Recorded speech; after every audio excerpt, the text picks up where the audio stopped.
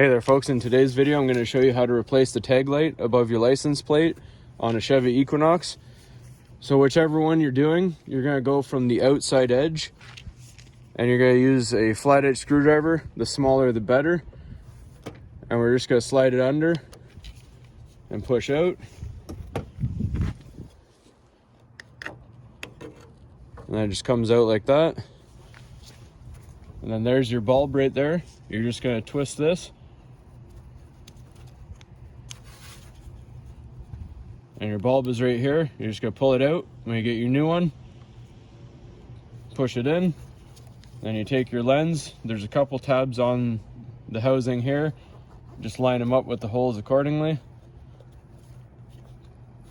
Twist like that. And then you just gotta get this side in first. And then when it's at an angle like that, push it up. And then you're good to go. Hopefully this was helpful, and please like and subscribe.